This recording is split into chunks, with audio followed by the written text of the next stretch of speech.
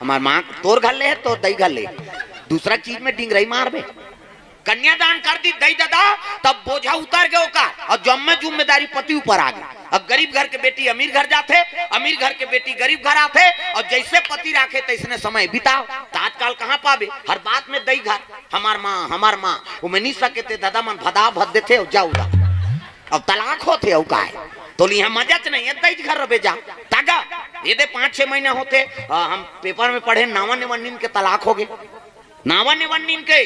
हाँ वो देख हफ्ता हो रही कोर्ट मेरी झोरी से, और एक हफ्ता बीता नहीं पाई, दोनों जन तलाक में चल देंगे। रजिस्ट्रार कहते अरे एक हफ्ता हुआ है शादी हुआ है अब किस लिए तलाक दे रहे हो, कारण बताओ। वो दूल्हा छोकरा कहते नहाई नहीं दुखाई, एक हफ्ता नहीं थे महिलों का कहते राखी हो बस सौनाला कैसे नी नहा तेकर से तलाक हो गए। तब पति और पत्नी सुमति नहीं रही, गृहस्थी चली नहीं चल सके तो सुमति राखो।